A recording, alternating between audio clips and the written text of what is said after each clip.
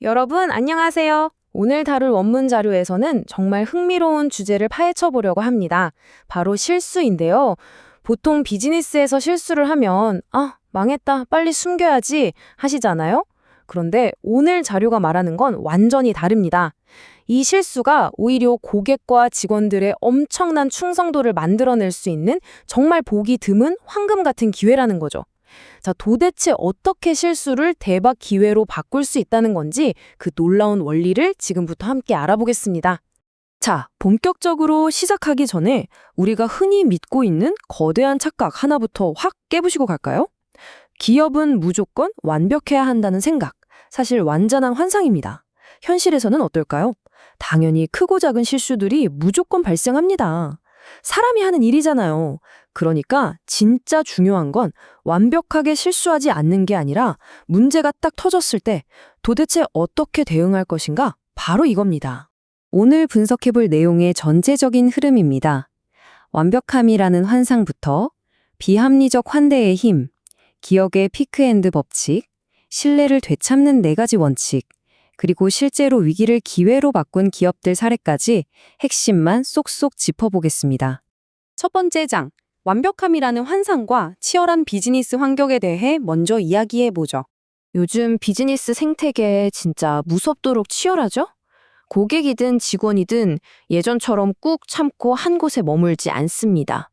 조금이라도 더 대우받고 더 나은 경험을 할 수 있는 곳이 나타나면 정말 미련 없이 훌쩍 떠나버리거든요. 이렇게 충성도가 바닥을 치는 시대에 살아남으려면 남들과 똑같이 해서는 절대 안 됩니다. 사람들의 마음을 확 사로잡을 완전히 새로운 패러다임이 필요하죠. 그래서 등장한 두 번째 장의 개념, 바로 오늘 가장 중요한 비합리적 환대의 힘입니다. 여기서 말하는 환대는 그냥 웃으면서 인사하는 평범한 친절이 아니에요. 왜 앞에 비합리적이라는 말이 붙었을까요? 말 그대로 계산기 두드려서는 안 나올 만큼 사람들의 기대를 완전히 뛰어넘어 버리는 엄청난 배려를 뜻하거든요. 누군가가 와, 내가 진짜 진심으로 대접받고 있구나 라고 느끼게 만드는 겁니다. 이게 왜 대단하냐면요. 딱딱하고 건조했던 단순한 거래를 끈끈하고 평생 가는 관계로 순식간에 바꿔버리는 마법 같은 힘을 가졌기 때문이죠. 세 번째 장으로 넘어가 볼까요? 심리학적인 배경인 기억의 피크앤드 법칙입니다. 도대체 실수가 어떻게 기억을 바꾸는 걸까요? 사람의 기억이라는 게 진짜 재밌습니다. 우리는 어떤 경험을 할 때 1부터 100까지의 과정을 전부 평균 내서 기억하지 않아요. 딱 2가지만 뇌리에 남습니다. 감정이 가장 격렬하게 솟구쳤던 최고의 정점, 즉 피크 순간, 그리고 모든 경험이 끝나는 마지막 순간. 이 2가지만 편집돼서 기억에 남는다는 게 바로 피크 앤드 법칙입니다. 이게 우리한테 무슨 의미냐고요? 만약 여러분의 회사가 실수를 저지르면 고객은 엄청나게 화가 날 테니 그 순간이 최악의 정점으로 찍히겠죠? 보통은 여기서 끝납니다. 하지만 여러분이 아주 빠르고 진심 어리게 앞서 말한 그 비합리적 환대로 대처를 해준다면 어떨까요? 오히려 그 훌륭한 대처가 기존 내 나쁜 기억을 싹 덮어버리고 전에 없던 새롭고 긍정적인 최고의 정점으로 확 바뀌어버리는 겁니다. 이게 바로 실수가 오히려 팬을 만드는 마법의 순간인 거죠. 네 번째 장입니다. 그렇다면 문제가 생겼을 때 구체적으로 어떻게 대처해야 할까요? 신뢰 회복을 위한 4가지 원칙을 알아보죠. 위기를 기회로 싹 바꿔줄 4가지 핵심 원칙입니다. 빠르게 사과하기, 조직을 대표해 책임지기, 방어적 태도 버리기, 그리고 의미 있는 배려 제공하기. 하나씩 자세히 뜯어볼까요? 첫 번째 원칙, 빠르고 진심 어린 사과입니다. 흔히들 사과를 먼저 하면 우리 쪽 잘못을 다 뒤집어 쓰는 거라고, 약해 보이는 거라고 오해하시잖아요. 절대 아닙니다.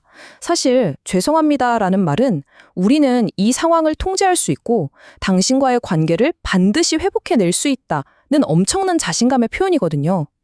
게다가 사과가 빠를수록 상대방의 화는 눈 녹듯 사라지고 문제 해결도 훨씬 쉬워진다는 사실 꼭 기억하세요. 두 번째 원칙은 책임감에 대한 이야기입니다. 고객이 불만을 제기했을 때 그거 제 담당이 아닌데요? 이런 말 들어보신 적 있으시죠? 진짜 답답하잖아요. 고객 눈에는 내 앞에 있는 직원이 곧 회사 전체입니다. 그 순간 누가 잘못했냐를 따질 게 아니라 제가 바로 도와드리겠습니다 하고 나서는 것.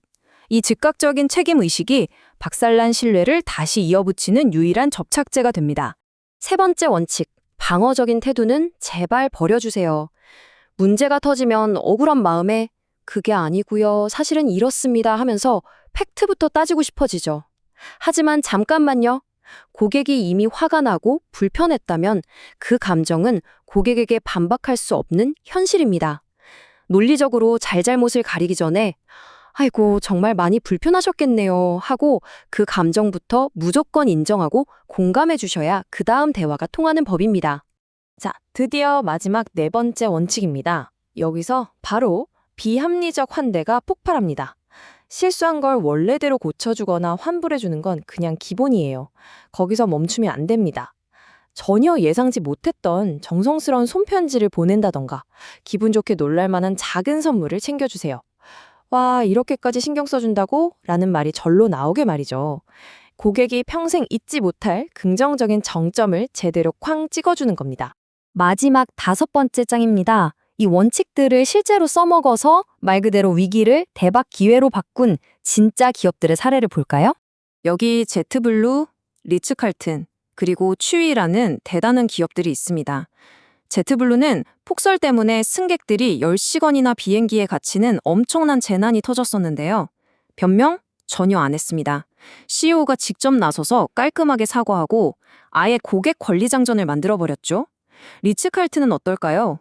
고객 불만이 접수되면 현장 직원들이 윗선 결제 없이 즉시 알아서 해결할 수 있게 아예 예산을 쥐어줍니다.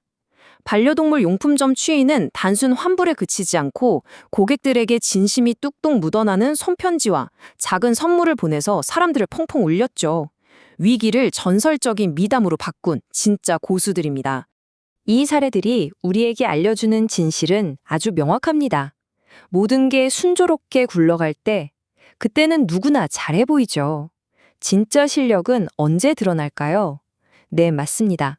쾅 하고 넘어졌을 때, 문제가 터졌을 때입니다. 그때 얼마나 우아하고 압도적인 모습으로 툭툭 털고 일어나는지 바로 거기서 진짜 초일류 기업이 판가름 나는 겁니다. 자, 오늘 다룬 원문 해설을 마무리하면서 여러분께 마지막으로 질문 하나를 던지고 싶습니다.